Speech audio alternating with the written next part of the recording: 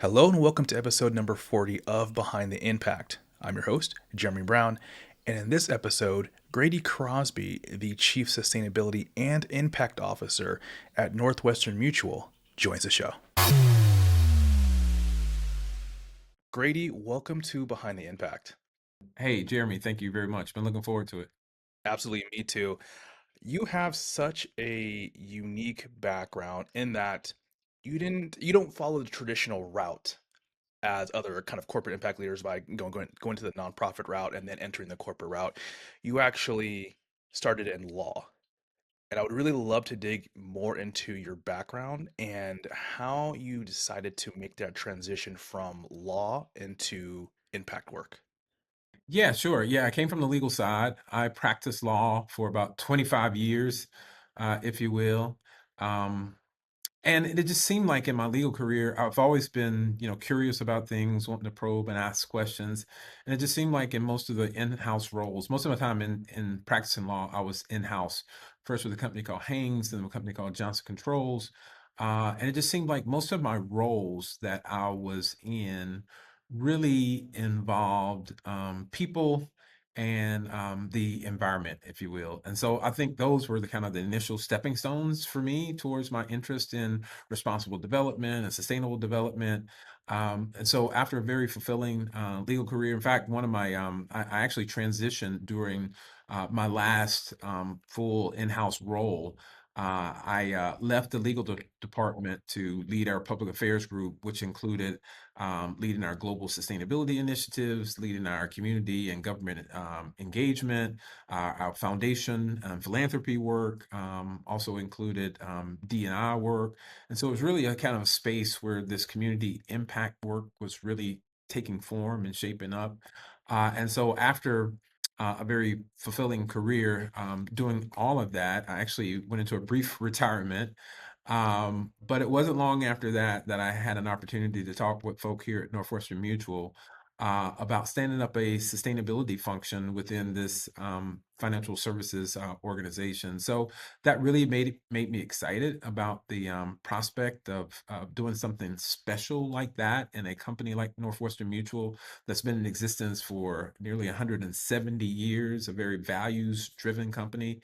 And so, needless to say, retirement didn't last long. So going back in time, was there a moment or any life experiences that you had that made you aware of the different issues in in communities around the world and really kind of captured your attention as to like this being a viable career for yourself? Or was it more so just the career experiences that you had that led you into the corporate impact sector? Yeah, no, I think it was a combination of things. It was the conglomeration of experiences, but specifically when I was at Hanes, which is a branded apparel company. A lot of people recognize it with Michael Jordan and can't wait till we get our hangs on you type stuff. But we were setting up sewing and manufacturing plants for garments literally all over the world. And we had a deep concentration in Asia. And in working on the company mission, you really got an opportunity to see how it really intersected with community issues. So there were some provinces within Vietnam who did not have the type of infrastructure that we needed to set up our operations. And so we went in there and worked with business leaders and realized that in the process of setting up a facility to meet our needs, we were going to end up improving the water system for the province that we were in. We were going to end up improving some infrastructure needs for community centers and just places and spaces for people to gather and talk about community related issues.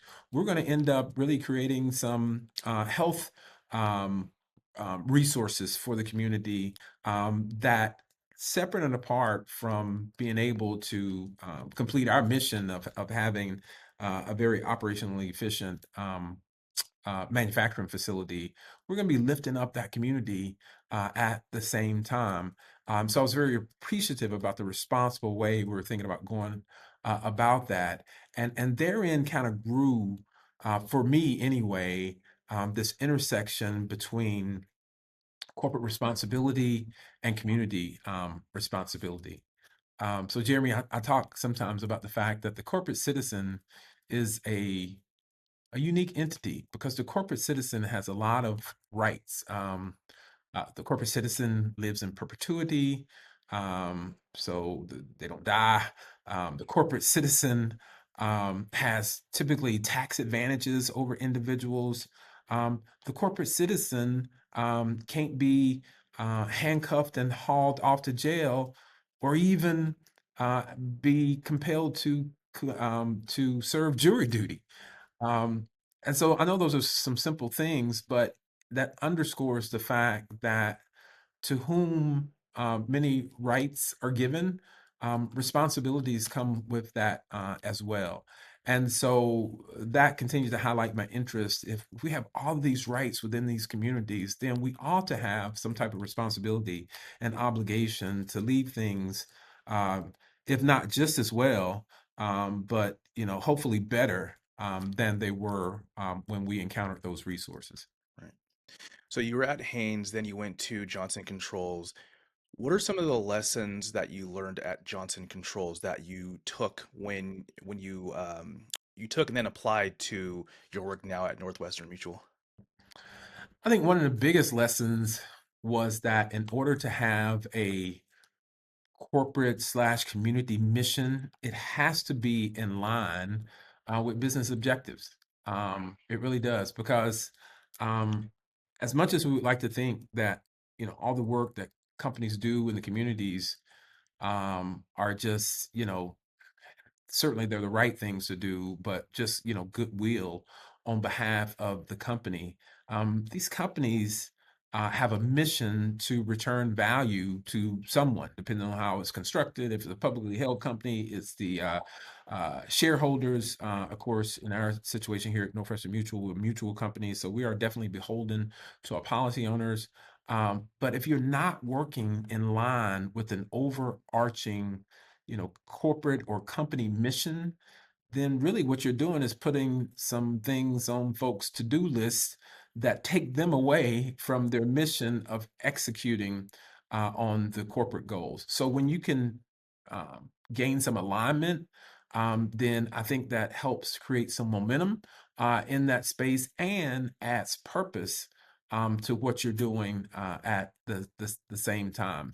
So again, this alignment between community mission and corporate mission was definitely critical. It was definitely one of the lessons that I learned and brought from Johnson Controls here in my work with sustainability and impact investment here at Northwestern Mutual.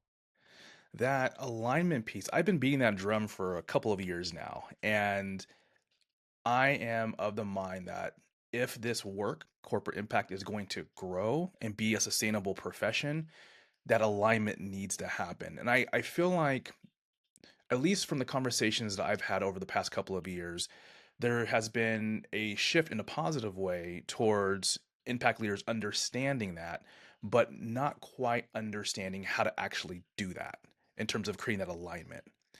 If you had a conversation with an impact leader right now and you were talking about how to kind of connect the dots between impact and business goals or objectives, what advice would you give that person in order for them to get started? Yeah, well, that's as you know, that's a pretty deep subject, but I do think there are certainly some ways that help facilitate this. I'm going to use one word, and it's kind of that's word is kind of will undergird the things that follow, and the word that I will use is transparency. So it kind of reminds me of being in senior high algebra class, if you will, where you couldn't just write down the final answer and expect that the teacher was going to jump for joy and give you full credit for your work. You actually had to show your work in order to get full credit. And in showing your work, what you really were doing was demonstrating that you understood the connection between the problem that you're trying to solve and the answer that you're getting to within the construct of how you're able to solve it. And so I would tell young leaders or people interested in getting into this work that the same idea really applies to the corporate impact space as well. In order to really get long-term growth and sustainability, or even sustained funding in a world where sometimes sustained funding doesn't exist, you have to really clearly show how the impact efforts are tied to real results that matter to the company you're working for. And again, that means, as I said, making sure that you are being transparent. You lay out the problem, what it is, what you're doing to address that problem, and ultimately the impact that you have. And when you do that, and whether that impact is creating more operational efficiencies, saving money, mitigating more risk, being able to attract and retain the talent that you need, when you do that, you allow business leaders, because they want to see results.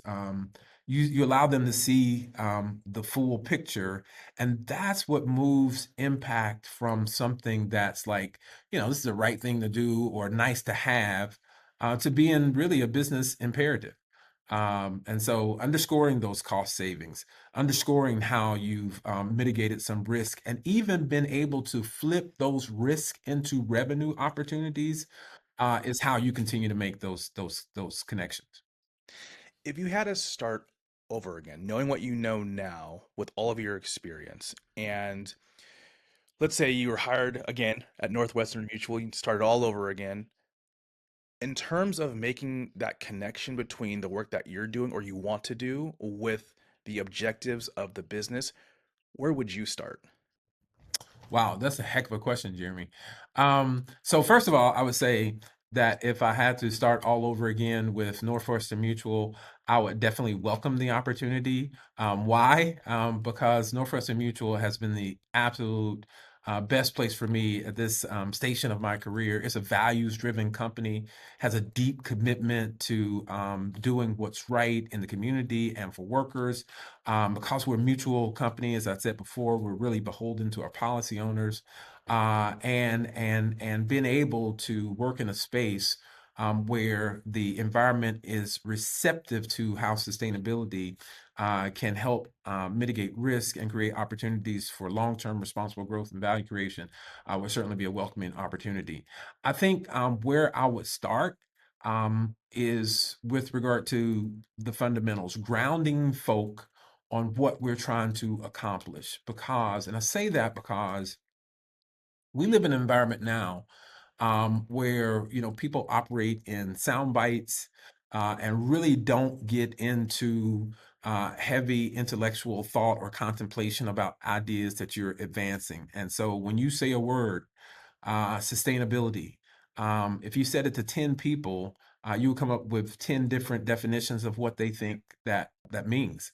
And so, that grounding work of, and I think this is really some of the things that we did here at Northwestern Mutual in being able to stand up our sustainability capabilities, was to really define what sustainability means for Northwestern Mutual and really being true to ourselves as a company as to how that relates to our business, regardless of what you hear on the news, regardless of what the spin may be in the 24-hour political news cycle. We needed to ground people in terms of what sustainability and impact could mean for us, and especially with regard to how creating access for more financial stability and financial security and access to more capital, how that could really increase the pie of the potential policy owners that we have, and be able to really inure to the very bottom line of our business, which is a social value proposition. We're here at Northwestern Mutual to make sure that we're going to be here when people are facing some of the most vulnerable times in their lives, when sickness occurs or death occurs, or trying to figure out how they're going to create a legacy around transferable generational wealth. And if we want to be around for those events, we have to make sure that we understand each and everything that could potentially take us off track from delivering on that mission. So when we talk about sustainability from that aspect and how these, sometimes non-material risk are actually a risk to us in delivering our value proposition, then when you start with that groundswell, I think you have a much greater opportunity to succeed. So if I did it all over, I would probably be even more intentional about grounding our organization in what sustainability means to Northwestern Mutual's value proposition. And to do that, what would that look like? Would that be having kind of lunch and learns with the employee base and basically coaching them and teaching them what sustainability means for the company? What else would you do in that regard? Wow, yeah. So, those are the million-dollar questions, and if people knew how to do this well, there'll be less confusion in the space. But I think that's definitely a strategy as well. I keep going back to the word transparency, making sure that in anything we do, whether it's regulatory reporting or voluntary reporting, we are making sure that the mission is upfront and center. So, if you were to go on our website right now and pull up our last sustainability report for 2024, you'll see that we're trying to make sure that our people know that we're focused on driving progress in areas where we can make the most meaningful impact, such as investing in our communities. Community revitalization is really a business strategy for Northwestern Mutual because we really believe that when everyone can achieve their full potential, we can all succeed. Delivering financial security and expanding financial access, as I talked about before, we recognize that there is a business and economic imperative to reduce the wealth gap.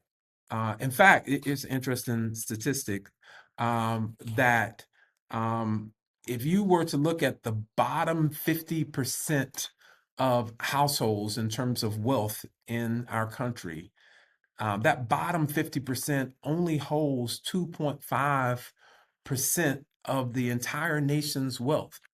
And so to create more access to capital and expand financial access within that group brings more people to the table, brings more people who can benefit from the eloquent products and services that Northwestern Mutual offers.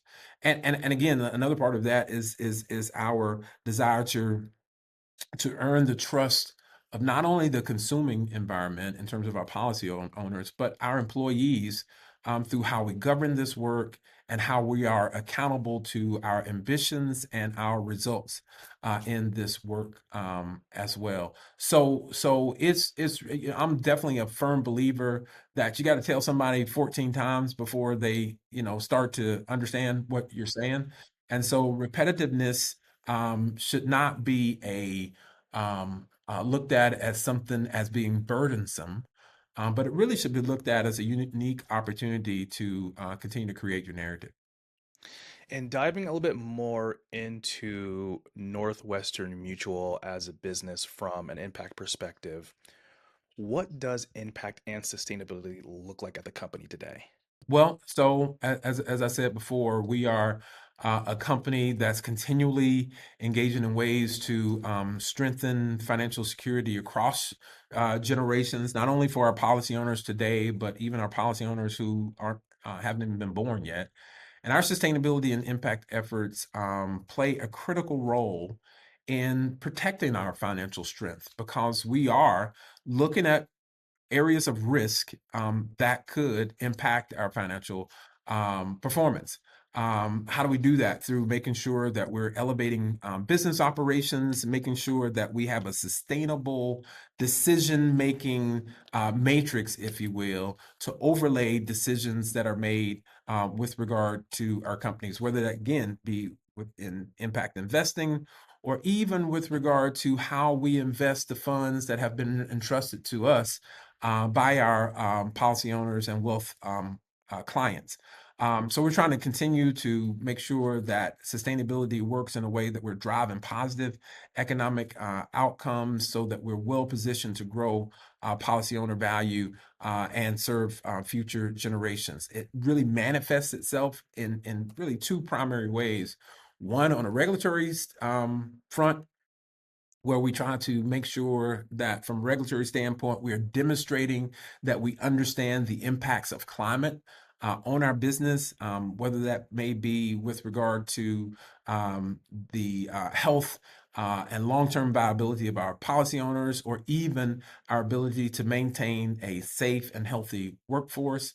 And then, separate and apart from the regulatory lens, again, showing folk on the impact side the wide array of things we do to ensure that we're building sound and stable communities that have an opportunity to come and be a participant in this economic engine here in the United States, which is the most successful economic engine right now in the world. And the more people that we can open up opportunities to in communities that have sometimes not had those opportunities or been somewhat shut off, if you will, even in the times when our economy has been thriving. Those are ways that we're trying to make sure that we are growing our business and actually even creating more potential clients who can take advantages of our products and services. And how about your team in terms of the breakdown? So obviously there's impact and sustainability. Do you have, leads for those each of those kind of functions, or how does the kind of the overall makeup of your impact team look like? Yeah, we do. We have a kind of a regulatory arm that's looking at all the regulatory issues that are coming up, whether they be, as I said before, there's a report that we file in the financial services sector called the TCFD report, which stands for Task Force on Climate Related Financial Disclosures.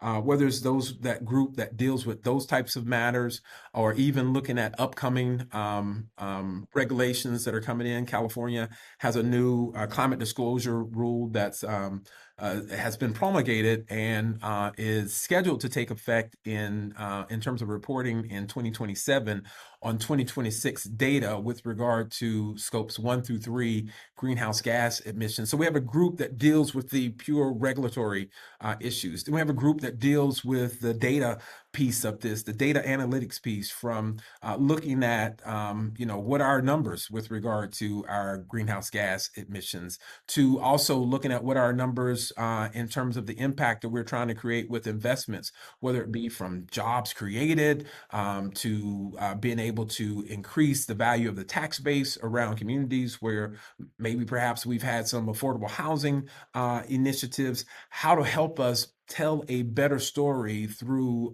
this data that we've been accumulating. And then, because we are an enterprise function, we actually enlist the services of our entire organization. And that's one of the things that I really appreciate about Northwestern Mutual and our leadership in particular, because they've underscored the importance of this work and the importance of making sure that we have access throughout this organization. So we have a number of teams that work directly beside us that are not necessarily members of we call our function ESI, which stands for Enterprise Sustainability and Impact. So these are, kind of quasi team members who work in areas like our buildings area. We call that our CCE, um, entertainment and events area. And that group is responsible for our built environment, if you will, in terms of the facilities at Northwestern Mutual, in terms of the fleets of vehicles that may be here at Northwestern Mutual. So we liaise closely with them. We liaise closely with our enterprise risk group as we're talking about these risk-related issues, and they are building out our risk models and profiles. So even though, Jeremy, our team is a very core and in size a small team, the depth and breadth of our team is pretty big because we actually enlisted and use the resources of the entire enterprise. And out of curiosity, so I mean, Northwestern Mutual is a large company, and obviously, and you mentioned it earlier, over 100 years old. There's a lot of obviously functions and departments within the business that you're collaborating with. How does that collaboration happen? Is there standing, quarterly meetings with different, function or department leads to make sure everyone's on the same page? How does that look? Yeah. In fact, Northwestern Mutual is almost 170 years old, and so I just had a birthday recently, and so I'm understanding that the older you get is also correlated to your ability to live in a way that's sustainable. And so you don't become a 170-year-old business if you haven't been doing some things that are sound in the way you govern your business. And actually, we leverage our strong governance acumen and our accountability acumen to really enable our trust that we have with our purchasing consumers, our policy owners. So the way it looks in Northwestern Mutual, because we have this strong acumen towards governance and accountability, we do have a number of corporate committees. And those corporate committees, from our enterprise risk group to our infectious disease and environmental risk group, to our ESI Leadership Council, our public policy councils, these group, our climate risk and stakeholders groups, just to name a few of the committees that convene on some of them on a quarterly basis, but most of them on a every other month basis, where there are corporate representatives and or representatives from across the enterprise that check in on issues with regard to what are our controls with regard to ethics and building a strong culture of ethical behavior. What are the things that we are seeing with regard to climate impacts and the impacts of these erratic weather patterns and diseases on our purchasing population and our policy owners? What are some of the emerging issues coming up in the risk space that we need to be risk aware of, and how does that overlay with or inform the initiatives we already have in place? But without that strong collaboration and people trying to operate on the same page and convening those stakeholders on a very regular basis, it just doesn't happen. So our team can't operate within a silo. We need the organization to not only know what we're doing, but we need them to have a hand in what we're doing in order to get the impact and the buy-in that we need. Absolutely. And earlier you mentioned impact investing. I was curious to learn more about some of the initiatives that your team is operating today. Yeah, so this impact investing space is probably one of my favorite spaces to work in. Probably one because again, I came from a manufacturing background, and so to move into this financial services space has been truly amazing. But our employees and our and field advisors, financial advisors have been deeply involved in these impact efforts through we track how they're volunteering, how they're giving back in their community, and that in and of itself is one of the ways that we impact. We're committed to building better communities and a better tomorrow for our communities by really encouraging this culture of employee volunteerism through some policies such as volunteer time off, rewards and matching programs to help expand the impact of our people's dollars, things of that nature. I've always said that the foundation can always figure out kind of how many zeros they can put in front of a decimal on a check to give to an organization. But the true gift and probably the most valuable gift that I've seen us have the opportunity to share with our community is our people.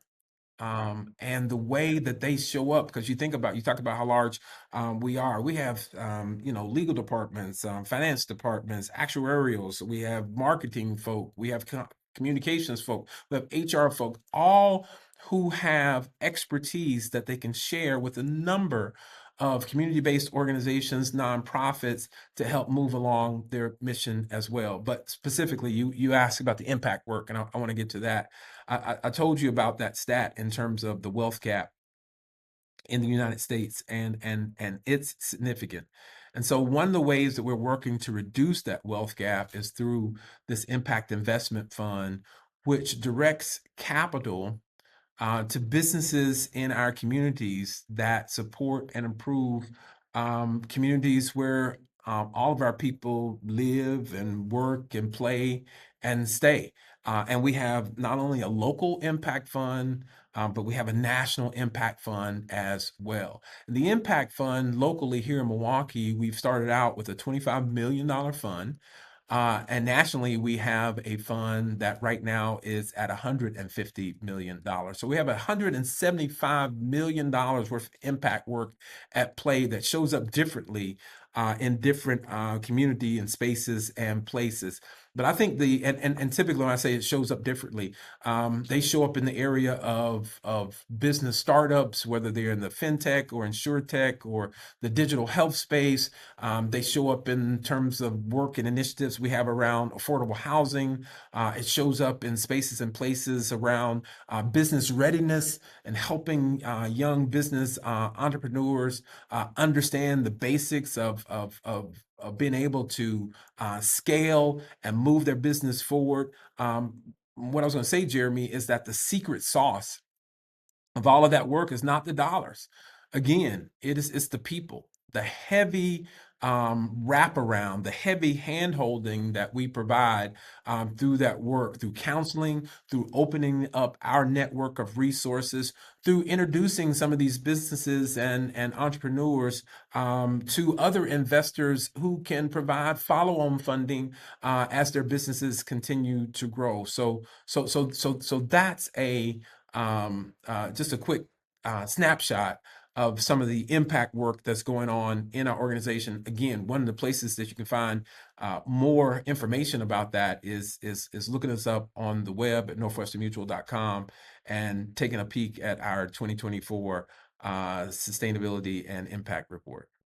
So I just want to underscore that for anybody that is listening to this episode when it does come out, obviously. Yeah. But it's not like what you just mentioned. It's not just about the money that you're investing in businesses. It's also the people at Northwestern Mutual and deploying them to help the businesses as well. And so they're getting not only the capital, they're also getting expertise from your team.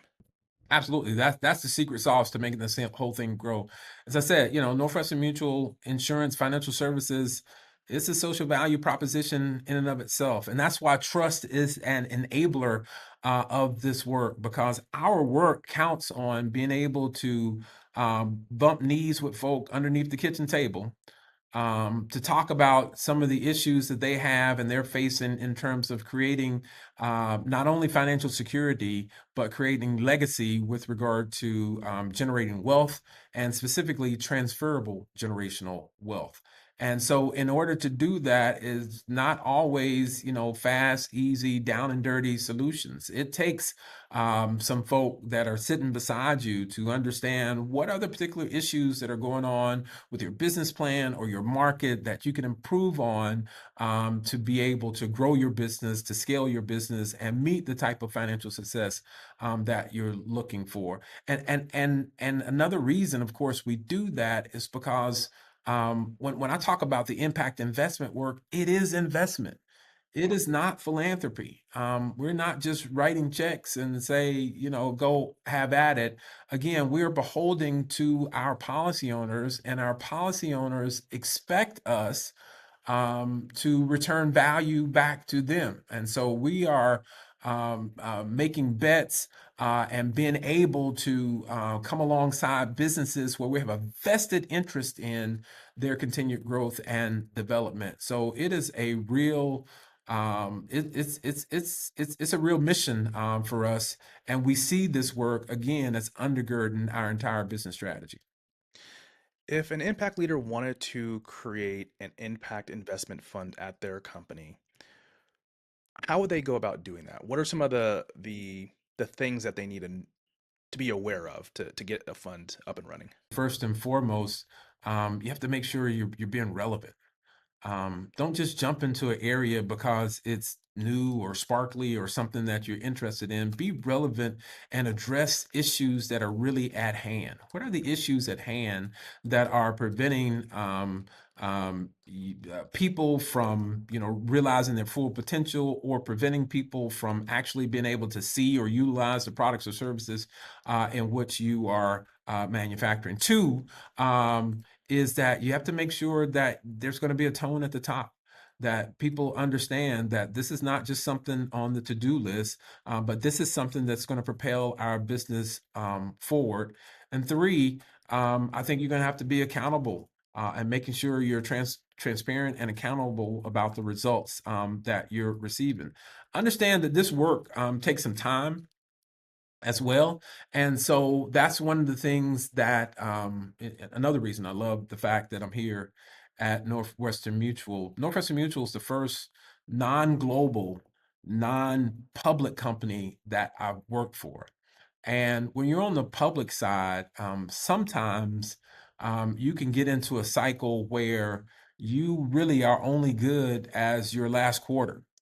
Here at Northwestern Mutual, where we're talking about being able to create financial stability and really changing the game in terms of financial services and becoming America's most trusted financial partner, we're taking a long-term view about things from the very beginning.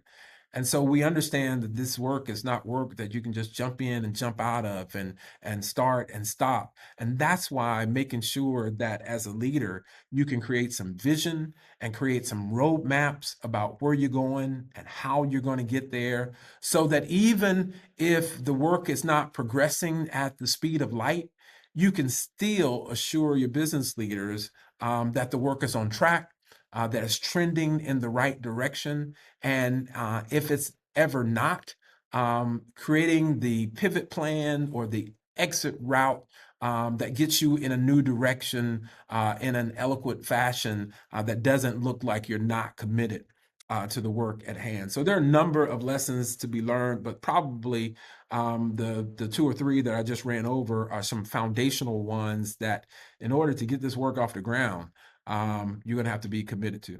Yeah.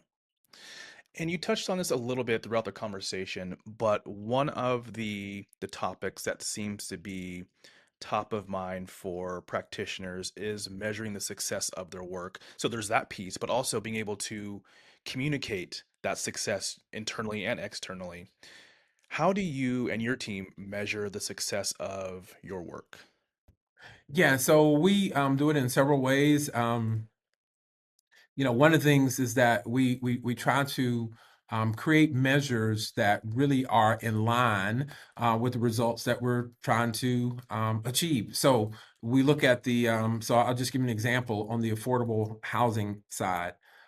We recognize as a financial services company, and in terms of getting at reducing this wealth gap, that a lot of folk, in terms of home ownership, that's going to be the most significant investment that they make. And so it's very important to them. And that's another reason why there needs to be a lot of hand holding in that space as well, because it's not just getting into the home, it's making sure that you can sustain yourself there, that you understand the impacts of home ownership and what that looks like, from being able to pay property taxes to even being able to maintain your property in a way that's congruent with community standards, if you will. So part of the measures there is how many people can we move from negative credit ratings to positive credit ratings? How many people can we move from being unbanked to bank? Because that's the first step in terms of moving towards home ownership. And as we do that, then how can we even track? Because one of the partners we have in this space, again, on this affordable housing example, is a group called Milwaukee Community Land Trust. And so the land trust actually buys blighted and neglected properties from the city.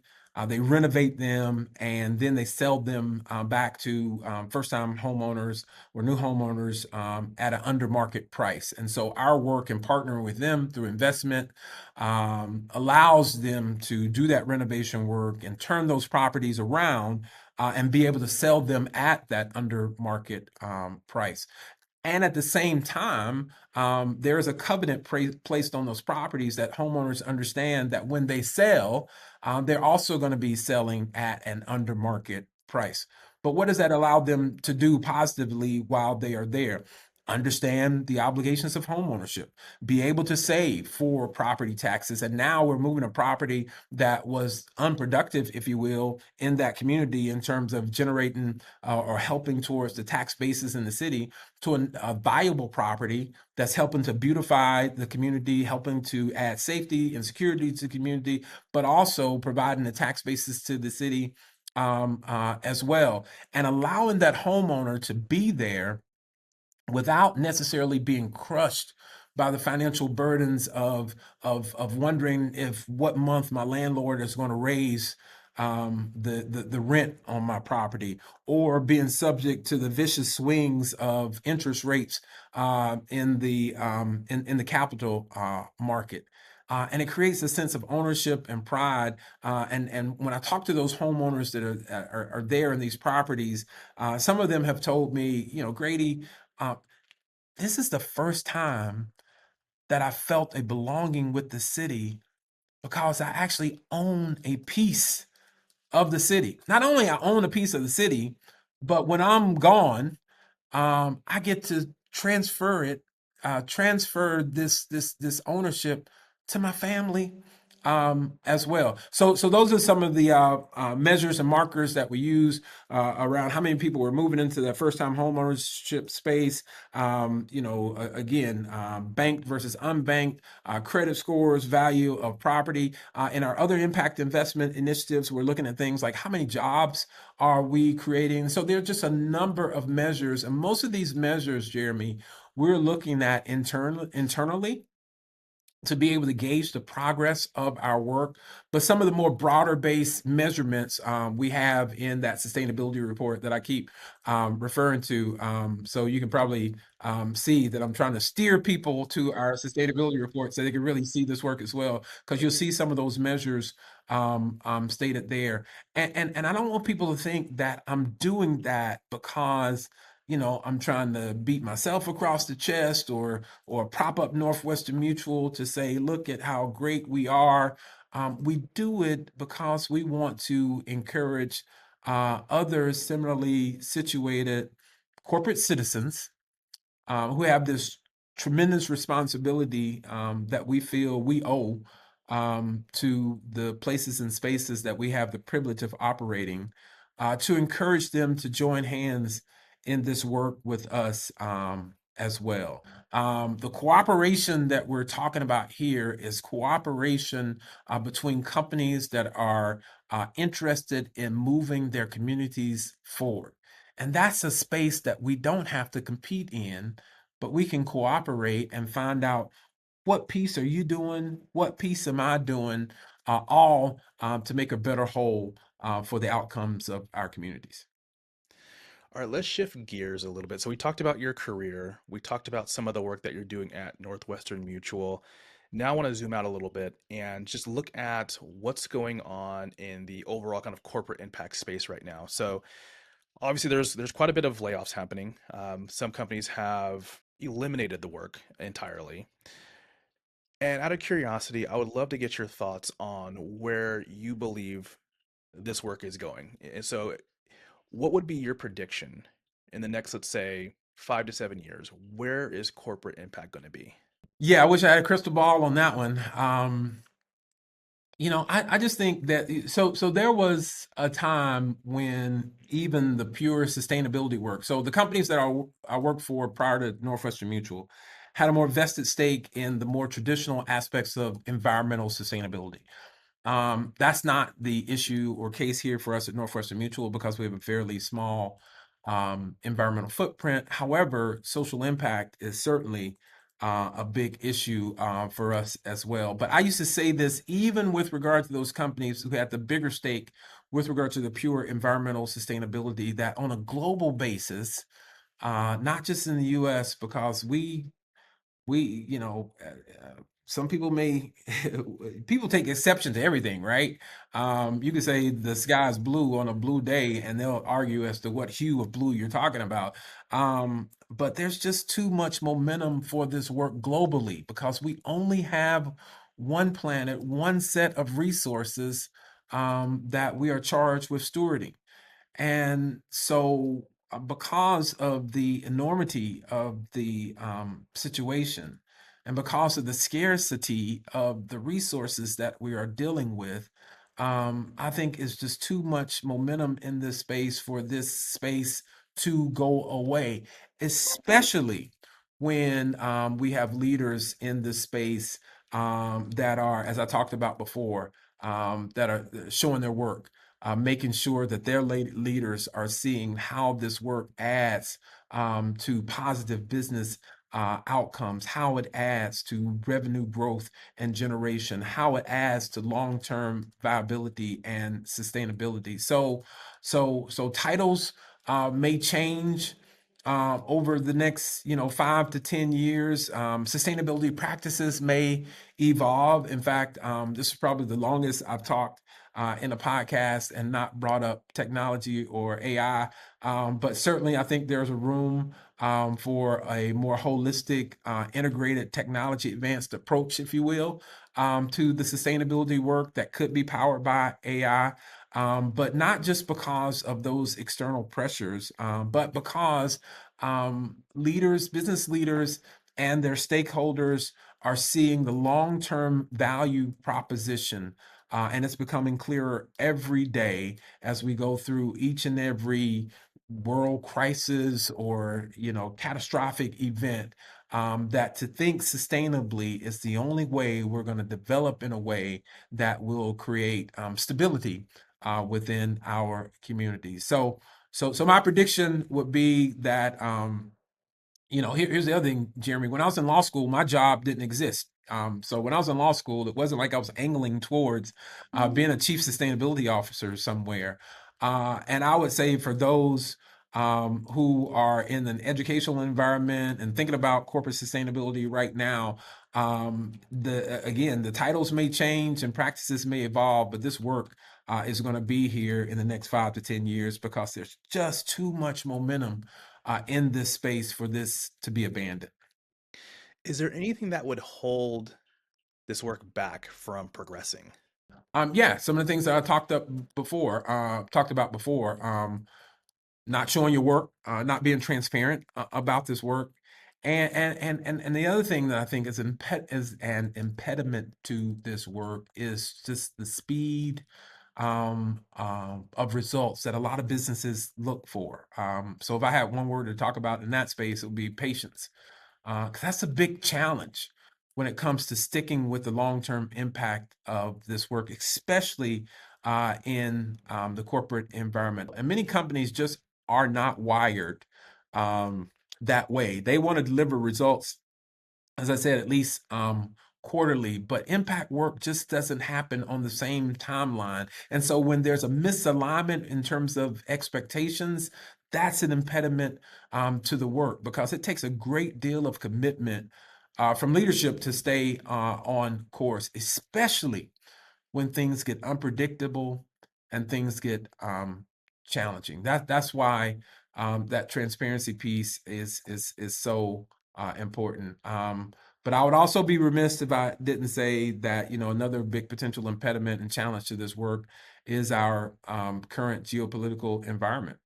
As public opinion changes and economic conditions continue to shift, there is this tendency to want to move on to the next thing or the next, shiny object or the next best fix, if you will.